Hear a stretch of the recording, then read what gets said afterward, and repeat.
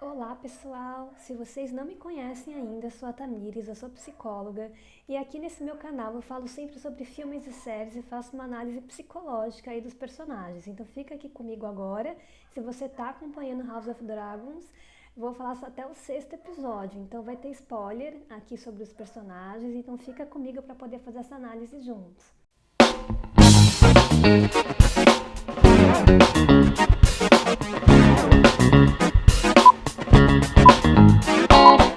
Então vamos lá falar sobre os personagens, alguns personagens, né? Lembrando que eu não li os livros, então a minha análise não é em cima da história, dos detalhes, dos acontecimentos. A minha análise sempre é em cima dos personagens. Então, logo no começo a gente já percebe, aliás, né? Game of Thrones também era assim.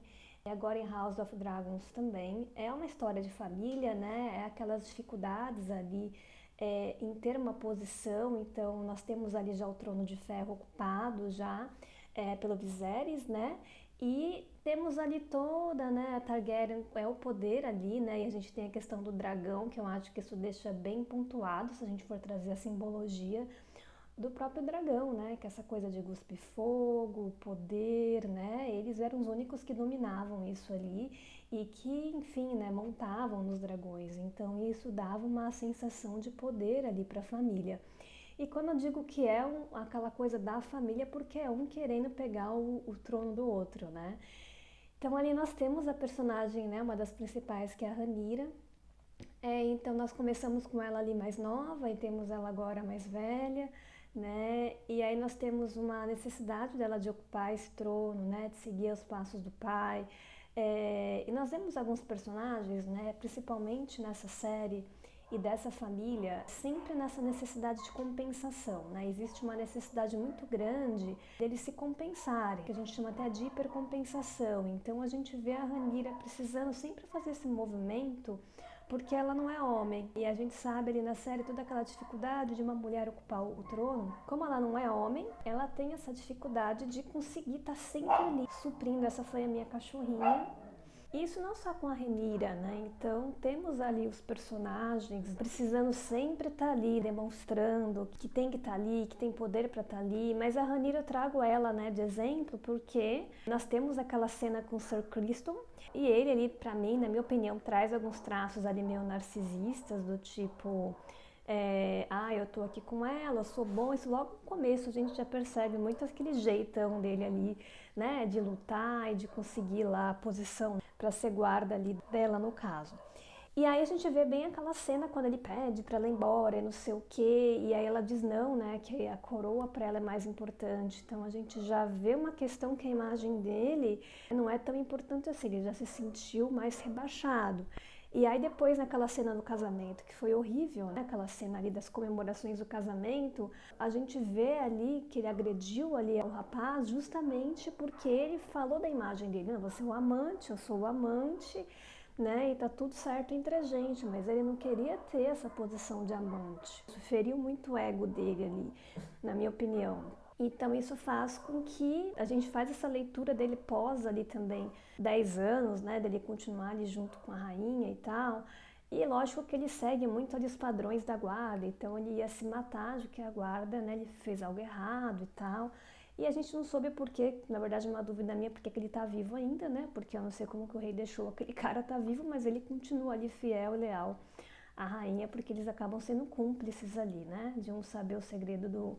Na verdade, ela sabe o segredo dele. Que eu saiba, acho que ela não tem nenhum segredo ali que ele saiba. Mas enfim, só pra gente andar um pouco com a própria personagem da Rhaenyra, que foi essa mulher que precisou sempre estar ali, mostrando que era suficiente, mostrando que conseguia estar nesse trono, teve que falar com esse pai, aí o pai conseguiu passar essa posição para ela. E a gente vê ali depois desses 10 anos aí de tempo, uma Rhaenyra ali um pouco diferente, que é alemã, né? Um pouco diferente, que eu digo, nesse quesito do poder, né? Porque ela tenta ali, até no pequeno conselho, trazer ali o ponto de vista dela várias vezes, mas ela meio que não é escutada. Eu até senti um pouco de falta dela tentar trazer um pouco mais de força, mas ela realmente se sente mais rebaixada, até porque ela tinha acabado de ter filho. E a gente vê a postura da Alicent, que aí é outra personagem também, que já traz aquele olhar até meio machista para algumas coisas, na minha opinião, do sentido de olhar para ela, olha lá, o seu peito tá vazando, né? Então, foi uma coisa feia, né, para fazer assim na frente das pessoas, mas você vê que ela faz de propósito, pra menosprezar. Até porque se a gente rebobinar a fita e voltar lá para trás, a gente tem a Alicent, que era aquela amiga da Rhaenyra, as duas amiguinhas, e ela fazendo várias coisas por trás ali da Rhaenyra com o pai, sem a Rhaenyra saber, manipulada pelo pai dela. Então a gente tem a Alicent totalmente manipulada pelo pai para conseguir ter esse caminho mais próximo do Viserys, e a gente vê ela ali, né, uma mulher ali sem conseguir expressar se aquilo era certo, se era errado. Então você vê ela bem manipulada mesmo por esse pai, bem numa postura resignada, que a gente diz até aqui na psicologia. A gente tem a hipercompensação, que eu já trago aqui na figura da Rhaenyra, que é essa coisa de não, eu vou conseguir, eu vou para a luta, né? Essa coisa do movimento da luta, e a gente já tem um movimento meia paralisação, meia sigo mestre, que é o movimento da Alicent, isso ali mais nova.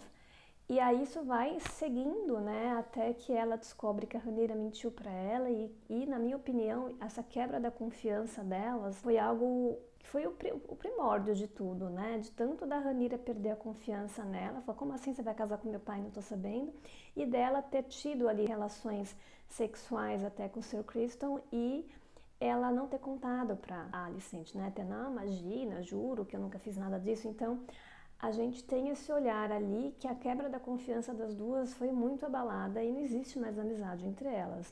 Então, a Alicent, depois disso, ela vai matutando ali com a ideia do pai dela que fica falando na cabeça dela que ela tem que tomar conta do filho e tal.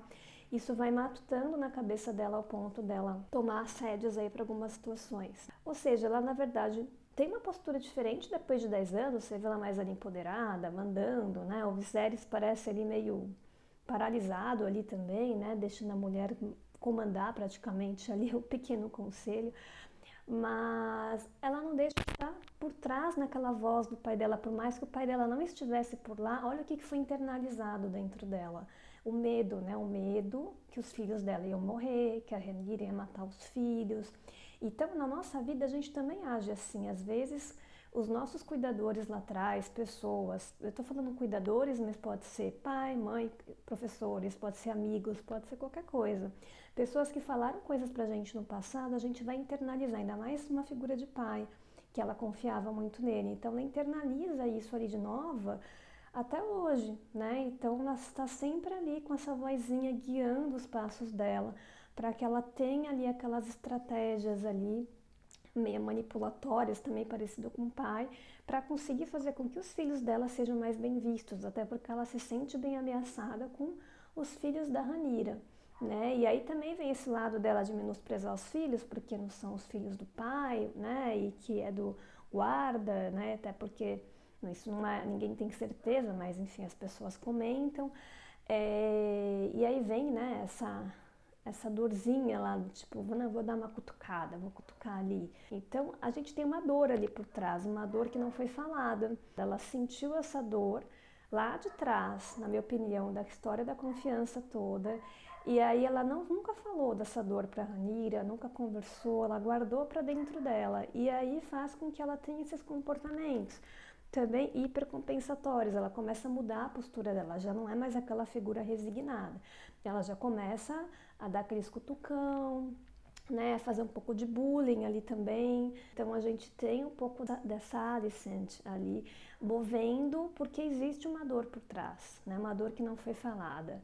E a Rhaenyra da mesma maneira, existe uma dor também por trás dela. Ela tinha perdido a mamãe, né, e ver a amiga dela ocupando aquele cargo, ali também existe uma dor. E também não foi falada de jeito claro. Também foi guardada essa emoção, que faz com que a Rhaenyra teve aqueles comportamentos que ela teve mesmo depois de tentar se redimir lá no pequeno conselho, pedindo desculpa, vamos tentar unir a nossa família aqui, fazer as pazes e tal, mas talvez não entrou no time certo ali para aquilo. É o que eu consigo enxergar assim dessas cenas, né, das duas principais. O Viserys, ele já traz essa ideia muito de um homem que perdeu a mulher. Eu achei que quando ele perdeu a mulher, ele já não é uma figura muito forte, né, na minha opinião. Quem leu os livros já me contou também algo a respeito, então eu não sei, como eu falei, detalhes do personagem, mas Não traz uma figura muito forte. Eu acho que eles se escondem, não só ele, mas eu acho que muito da família Targaryen, muito por trás dos dragões, da força. Fica imaginando como que seria essa família sem dragões, né? Não existem mais dragões, zero dragões, né? Será que eles teriam a mesma força? Será que eles teriam, né, esse mesmo impacto nas pessoas? Fico aqui na minha dúvida, né? Porque me dá um pouco dessa impressão. E a gente vê um homem bem apagado ali no final. Como eu falei, a Alicente tomando conta das coisas, ele bem ali apagadão, assim. Lógico que ele estava muito doente, não estava querendo ter o esforço todo dele estar lá, mas me dá muito dessa impressão de um homem que foi se apagando aí ao longo do tempo, e eu acho que logo depois que a esposa dele morre. Acho que isso foi acontecendo também. E aí depois nós temos outros personagens, temos o Daemon também, que é um outro personagem bem especial, assim, no começo a gente fica meio irritada com ele, mas depois ele vai tendo algumas passagens interessantes, e foi ele também que mostrou para Rhaenyra este outro mundo, né, este outro universo, a liberdade, que era uma coisa tão importante para ela, e mostra ele ali casado, enfim, com as filhas, aquela cena da esposa, que eu acho que foi uma cena bem triste, né, de a gente olhar o dragão. E eu acho muito legal essa relação de homem e animal, sabe, que tem na série, muito essa coisa de, eles podem ser figuras mega assim, né, luta, potentes e xinga e tal, mas na frente de um animal acho que tem uma conexão ali, né? Um amor mesmo, uma conexão ali diferente, né? Acho importante também comentar sobre a figura das crianças também ali presentes. O quanto que também está sendo colocado na cabecinha dessas crianças, que você tem que competir com o teu tio, na verdade, né? Competir com as outras crianças para conseguir o trono. Você talvez seja bastardo, você é o mais velho, você tem que tomar cuidado aí com a sua tia para não receber o trono também. Então, isso desde criança está sendo colocado na cabeça deles. A Alicente está trazendo isso, a Rhaenyra também, com aquela ideia de ser bastardo ou não as crianças. E eles são pequenos. Como isso vai reverberar na vida adulta deles, eu não sei, mas com certeza vai reverberar de alguma maneira.